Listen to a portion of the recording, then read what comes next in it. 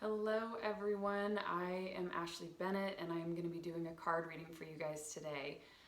Welcome to my channel. If you haven't followed me yet or subscribed, please do. I will be doing more of these every week for you guys. So what I wanted to talk about before I let you pick a card 1 through 4, I want to just kind of chat a little bit about some of the quarantine topics that are kind of coming up, where I've seen a lot of posts where it's like, if you don't come out of quarantine with a new hobby, finished projects, a new workout plan, and you've cooked up a storm that somehow you're under functioning or you're failing at quarantine. And I just kind of want to address that a little bit. So people not pick, but they lean toward either over-functioning or under-functioning a lot of times when it comes to coping with stress, anxiety, fear. I mean, feeling powerless over the fact that we're not supposed to, be out in public, and we're not allowed to leave our houses really, or even go see our loved ones that we want to go see. So there is a powerlessness that's sort of happening right now, and the way that we're coping with it in a lot of ways is, like I said, over or under functioning. Neither one is right. Neither one is wrong. Everyone copes in a different way, and as long as you are listening to your own body and not what Joe Schmo around the corner is doing, then you're doing it right. So what I really mean by that is, if you're over-functioning in the sense that you are motivated and you're getting a lot of stuff done, and you started a new workout plan, and you have new hobbies, or you're picking up projects that you previously have wanted to do, then that's amazing. And if you're resting and taking this time to have actual downtime, and you're taking more baths, and you're watching a little more TV, and you're going on, slower walks, that's also okay. Both, like I said, are good, as long as you're doing what your body and your mind, body, soul, to me, is asking you to do, including the days that it says slow down. For me, I'm both. It just depends on which day or which week we're talking about.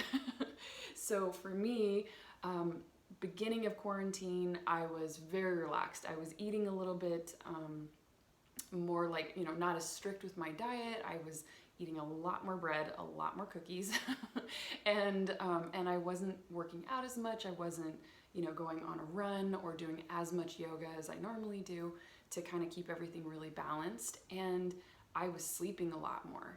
So I still already work from home, which I'm very fortunate, but to not have any social plans whatsoever, or even like a yoga class to meet, friends out with, was a little challenging at the beginning. So anyway, so that was my first couple weeks I sort of spent that way. Even though I did start picking up art again and some other things that I've been wanting to do. I now am sort of on the other end of that, where I don't feel like I'm burning out, but I am on a new workout plan. I'm cooking a little bit healthier, and made a new meal plan for myself. And like I said, I'm continuing my artwork and even working a little bit more on my business strategy and branding and everything else, including finally starting my YouTube channel, which is called AIR+ASH. So if you love YouTube, go to YouTube and subscribe and follow me. I'll be posting, like I said, a lot more videos.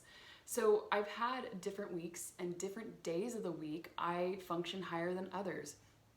Here's the thing, on days that I don't accomplish as much, even if I set out originally to, I don't care. Because at the end of the night, if I'm tired and I'm happy with my day and I have gratitude and I feel good about it, I don't really give a shit how many things on my list I actually got done, because I have tomorrow to enjoy my day as well and get more of those things on my list done. So I want you to kind of adopt a little bit of flexibility. If you're being too rigid and over functioning, just a little bit of flexibility for yourself. And if you're under functioning, maybe adopting like a 1% change per day, right? So something healthy, one thing healthy, implemented into your day every day for even a week, and just kind of see how that goes, whether it's waking up earlier or eating a little healthier that day, or going on a 20-minute walk with your mask on and everything else. But it's easy to tone it down just a little bit and turn it up just a little bit. I think people live so much in the black and white, and really there's like a million shades of gray in between that you can actually exist, and probably exist in a very like a happier way. Okay, I want to get on with the card reading. So like I said, I want you to tune into your gut. I've said this before. Tune into your gut, or even close your eyes and imagine a number 1 through 4. So if you just instantly know a number, that is your card. It doesn't mean that the other cards don't apply though. Like the whole spread will apply. And the question that I asked, I sat in meditation and did my Palo Santo and everything else. And the question that I asked before I pulled the cards was actually, what energy is going to help you like get through your next week? Whether you're over functioning or under functioning, what energy specifically is going to help you? And so we'll go from there. So we'll begin, this is number 1, 2, 3, and 4. And that's the way that I pulled them. So we're going to start with number 1. Okay, so the first card that we got is Earthworm. So Earthworm is all about this shyness, like this hesitancy or reluctancy to kind of share your inner voice or your inner wisdom. It touches on kind of being a newbie in a new field too. So a new field of work, or even in just a new life setting. And that other people might have a little bit more mastery than you, or so you think, but there's something to be said about the newbie or beginner's mind, that it's just a little different than somebody who already has everything in place. It kind of is a clean slate to establish whatever your thoughts and feelings are, if it's, you know, your home life. And if it's a work life, it's really more about like the beginner's mindset of offering like more value and insight into something that you might see things in a way that other people just don't see it. So it's allowing that energy to kind of come to the surface. So when you're in balance, or it feels in balance, you feel earnest, intelligent, and valuable. When it's out of balance, it's self-conscious and apprehensive. So I want you to kind of tune into which one you are.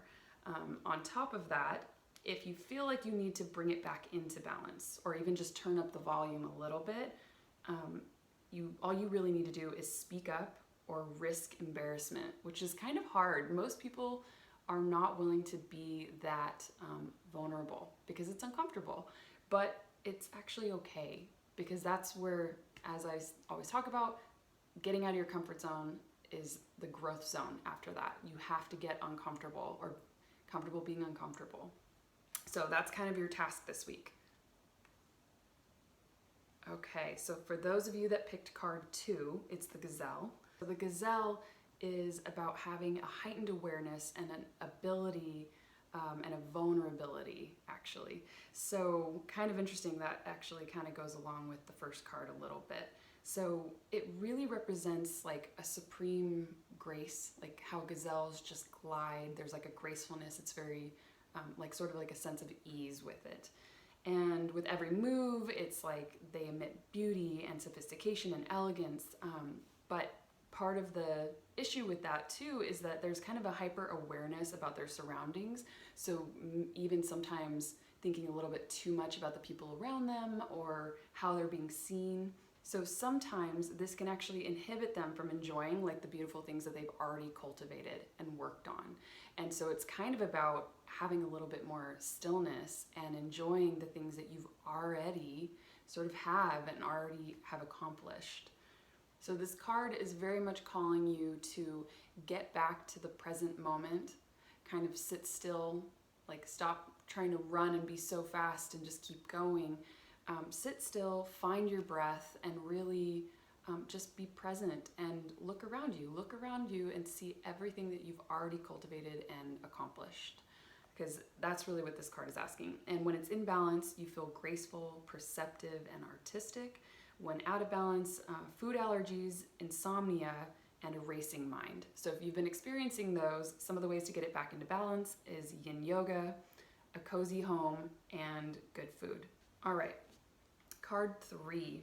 So this is actually a spirit card. It's the sea serpent. So I'm going to go to the back of the book. There are a few spirit cards in this deck, and each one typically correlates with a different chakra. If you're not familiar with chakras, I probably will teach a class coming up on that. Okay, so the Sea Serpent. It's all about healing emotional wounds, expressing desires. So this card really goes along with the second chakra, the sacral chakra, which is in like our pelvic bowl, or even like the womb. So that chakra is also orange if you want to have any, if you want to focus on it or even do a meditation on it. But this card is really asking you to sort of step forward and express yourself creatively, sexually, and doing that expression actually frees you from a lot of shame and guilt and some of those deeper wounding, a lot of times social programmed fears or lack of wanting to actually seek out what it is that you want. So like I said, it doesn't have to be just sexual, it's like sensual and emotional, and really just speaking to you actually, first off, tuning into yourself to even know what it is that you're looking for and what you want. And secondly, it's about having a little bit more flow with it. So it's a water animal, obviously. So it's like about finding that balance between what you actually want and how you want to express yourself. And it sort of also represents this like mother energy where you sort of become your own nurturer. Yeah. So that way you can actually start to get what it is that you really feel you need. And even if it's just a new way of expressing yourself. So if you've been wanting to pick up even a new art project, do it. Like, don't hold back. That is the center that you can focus on as well to kind of hone that energy. All right, card 4. If you picked card 4, the card is Whale. Okay, so the Whale card is really about desire to dive a little bit deeper, and it's about like profound peace and ancient wisdom. So there's a very like older, like wise energy that kind of comes along with this card. It very much has to do with communication and compassion. They, like, whale personalities tend to express themselves very well, and they kind of like, they get through difficult times a little bit easier than some of us, and that's actually really like a fantastic quality. They usually rely on their own kind of inner wisdoms, have given them the ability to kind of have that stability and strength within themselves and communicate in a very like peaceful way. So once again, this is another water animal as well, so you can kind of feel into that sort of flow like I was talking about earlier. And it's really nice because this kind of energy actually helps us, like, it's a beacon for our own sort of darkest hours, so that we can find our way again to like have that that really balanced and sort of wisdom within ourselves like come to the surface. So when it's in balance, calm, steady, deeply compassionate. When it's out of balance, heavy, slips into the old story, which we all carry stories with us, but when we start to realize that the story no longer serves us, we can finally choose to heal it and begin to move past it and build a new story, which can require a little bit of soul work, right? But that's always a good thing. And to bring it back into balance, regular self-care. So if you feel like you've been lacking a little bit of that self-care, definitely hone back in on something that is going to make you feel really like compassionate toward yourself, like really loved and nurtured. Okay, well, I hope you guys really enjoyed the 4 cards. Once again, I'm Ashley Bennett. I hope you really liked the video, and let me know what else you guys want to learn. All right, bye.